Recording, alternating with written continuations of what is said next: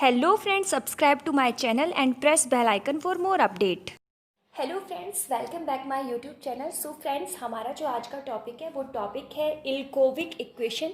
Generally इल्कोविक equation बहुत important topic है MSc के पॉइंट ऑफ व्यू से भी और अदर कॉम्पिटिटिव एग्जाम के पॉइंट ऑफ व्यू से भी।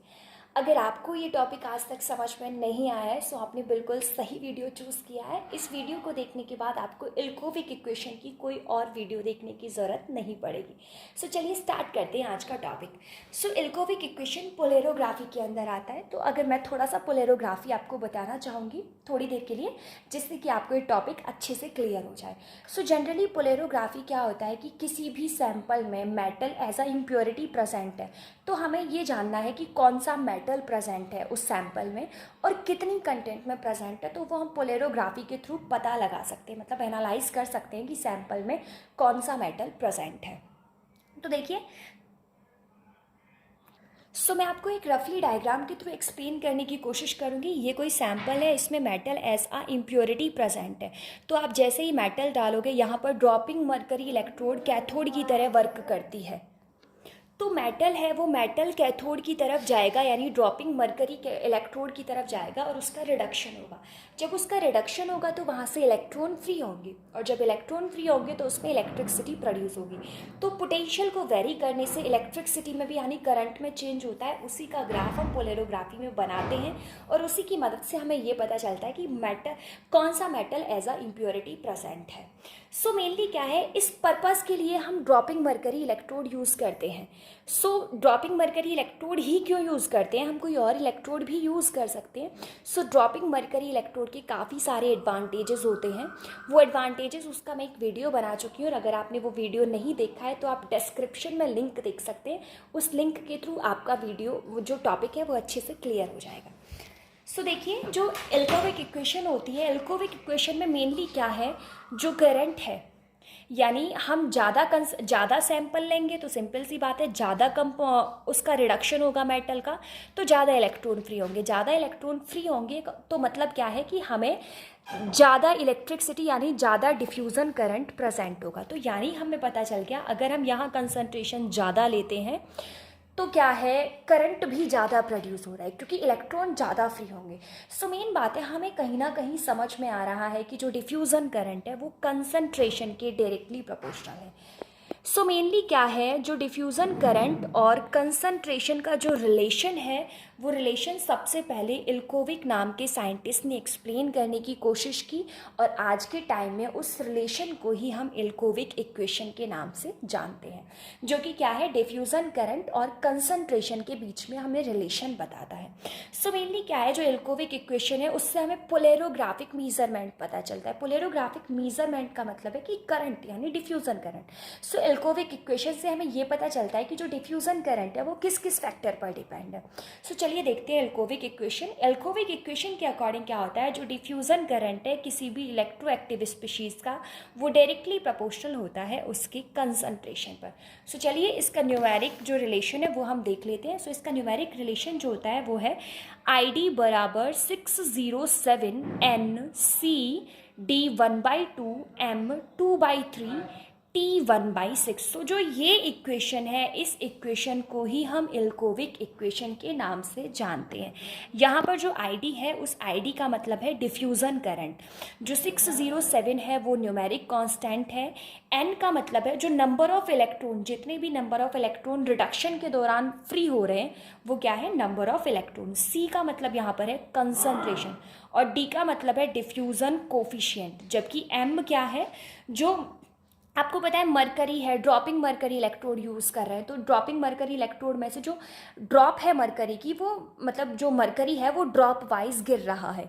तो जो ड्रॉप गिर रही है उसका मास कितना है, सो m क्या है, mass of mercury flow from DME, और यहाँ पर t क्या है कि कितने टाइम बाद ड्रॉप गिर रही है। सो आपको पता है कि जो टाइम है मरकरी की ड्रॉप का वो भी फिक्स होता है कि 0.8 सेकेंड बाद नई ड्रॉप आएगी। आपको पता है ना उसके एडवांटेज, उसकी जो प्रॉपर्टी है DME की। पहली DME की प्रॉपर्टी क्या होती है कि हर बार हमें एक्सपेरिमेंट करने के लिए नई ड्रॉप मिलती है हर रीडिंग के दौरान, क्योंकि पता है कि एक ड्रॉप गिरेगी वो कैथोड की तरह एक्ट करेगी, फिर दूसरी ड्रॉप गिरेगी। सो इसमें जो ड्रॉप होती है वो कैसी होती है, रिप्रोड्यूसेबल। और जो दूसरा इसका एडवांटेज है कि जो मरकरी है वो रीयूजेबल है, हम उसका फिर से यूज़ कर सकते हैं। और इसका जो तीसरा एडवांटेज है, वो तीसरा एडवांटेज ये है कि जो इसकी पोटेंशियल की वैल्यू है वो नेगेटिव में होती है। सो मेन बात है जो, यानी ये टाइम है, ये टाइम भी क्या है, फिक्स है, मतलब हम इसे कांस्टेंट कह सकते हैं। जो मास है, मास भी फिक्स है कि कितने, एक बार में जो ड्रॉप गिरेगी उसका मास भी फिक्स होगा कि इतने मास की होगी। सो यहाँ पर डिफ्यूज़न कोफिशिएंट भी फिक्स होता है, ये न्यूमेरिक वैल्यू है, ये भी फिक्स है। नंबर ऑफ इलेक्ट्रॉन हमें पता है कि कितने रिलीज होंगे, हर इलेक्ट्रॉन का पता होता है, जैसे आयरन है तो उसमें 2 रिलीज होंगे, तो फिक्स है ये भी। सो मेन क्या है, ये सब क्या होता है, कांस्टेंट होता है। तो बचा क्या, कंसंट्रेशन। सो क्या होगा, आईडी किसके डायरेक्टली प्रोपोर्शनल है, कंसंट्रेशन के डायरेक्टली प्रोपोर्शनल है। मतलब जब जब कंसंट्रेशन बढ़ाएंगे हम सैंपल का, डिफ्यूज़न करंट भी उतना ही ज़्यादा होगा। सो मीन क्या है, कंसंट्रेशन बढ़ेगा तो डिफ्यूज़न करंट भी बढ़ेगा, और अगर कंसंट्रेशन घटेगा तो डिफ्यूज़न करंट भी घटेगा। सो हम इसे ग्राफ के थ्रू देख लेते हैं, क्योंकि हमें पता है कि डिफ्यूज़न करंट और कंसंट्रेशन एक दूसरे के डायरेक्टली प्रोपोर्शनल है। तो ये मैंने ग्राफ के थ्रू रिप्रेजेंट करने की कोशिश की है। सो ये दिख रहे हैं आप, डिफ्यूज़न करंट है और यहाँ पर आपको नज़र आ रहा है कंसंट्रेशन है। तो आपने देखा कि जैसे जैसे ये जो लीनियर डायरेक्टली प्रोपोर्शनल होता है उसका ग्राफ हमें कुछ ऐसा देखने को मिलता है। सो आप देख रहे हो यहाँ पर जो डिफ्यूज़न करंट है वो 10 एम्पियर है, और यहाँ पर आप कंसंट्रेशन देख रहे हो कुछ इतना है। यहाँ पर डिफ्यूज़न करंट बढ़ गया तो आपने देखा कंसंट्रेशन भी बढ़ गया। इधर आप देखोगे डिफ्यूज़न करंट बढ़ जाएगा तो कंसंट्रेशन भी बढ़ जाएगा। मेन बात क्या है, दोनों डायरेक्टली प्रोपोर्शनल है। लेकिन एक जो टर्म है जो कि इल्कोविक इक्वेशन को फेलियर, मेन रीज़न है इसका फेलियर का भी, वो है कि जो आप यहाँ पर देख रहे हैं डिफ्यूज़न करंट है वो इसमें लीनियरली देखने को मिल रहा है आपको, मतलब लीनियरली चेंज होता है डिफ्यूज़न करंट में, जबकि ऐसा एक्चुअल में नहीं होता है। अगर हम थ्योरेटिकली देखें, सो थ्योरेटिकली ये बहुत मुश्किल है कि जो डिफ्यूज़न करंट है वो डिफ्यूज़न करंट लीनियरली हो, क्योंकि पोलेरोग्राफी में हम पढ़ चुके हैं पहले ही, पोलेरोग्राफी के वीडियो लेक्चर में। अगर आपने वो भी नहीं देखा है सो आपको डिस्क्रिप्शन में उसकी भी लिंक मिल जाएगी। सो पोलेरोग्राफी में हम देखते हैं कि जो डिफ्यूज़न करंट है वो जो वेरी करता है वो सिग्मॉइड वेरी करता है। यानी आप देख रहे हैं यहाँ पर करंट और पोटेंशियल के बीच में जो ग्राफ बनाते हैं, सो ये वाला क्या है, डिफ्यूज़न करंट है। तो ये डिफ्यूज़न करंट यहाँ से यहाँ तक जो डिफ्यूज़न करंट है वो लीनियर नहीं होता है, जबकि इल्कोविक इक्वेशन के अकॉर्डिंग क्या होता है, लीनियर होता है। सो ये जो पॉइंट ऑफ व्यू था ये इसका थोड़ा सा फेलियर का रीज़न भी बना, क्योंकि इसने ग्राफ के अकॉर्डिंग हमें क्या देखने को मिला कि डिफ्यूज़न करंट का जो रिलेशन होता है वो कैसा होता है, लीनियरली वेरी करता है। तो आपने देखा कि यहाँ डिफ्यूज़न करंट लीनियरली हमें देखने को मिल रहा है, जबकि एक्चुअलिटी में पोलेरोग्राफी में हमें जो डिफ्यूज़न करंट है वो ऐसे सिग्मॉइड फॉर्म में बढ़ता हुआ नज़र आता है। सो यही इसकी फेलियर का रीज़न था। सो ये कुछ ऐसी बातें थी जिन्हें इल्कोविक इक्वेशन एक्सप्लेन नहीं कर पा रही थी। सो इसके लिए पोलेरोग्राफी में एक नई इक्वेशन आती है जिसे हम कॉटकी इक्वेशन भी बोलते हैं। सो अगर आपको कॉटकी इक्वेशन में भी डाउट है तो आप कमेंट सेक्शन में जाकर कमेंट कर सकते हैं, तो मैं जो अगला वीडियो लेक्चर है वो कॉटकी इक्वेशन पर बना दूंगी। Thank you so much for watching मी। अगर आपको वीडियो पसंद आया है, आपको लगा है आपके काम का है, तो वीडियो को लाइक करें और अपने फ्रेंड्स के साथ भी शेयर करें।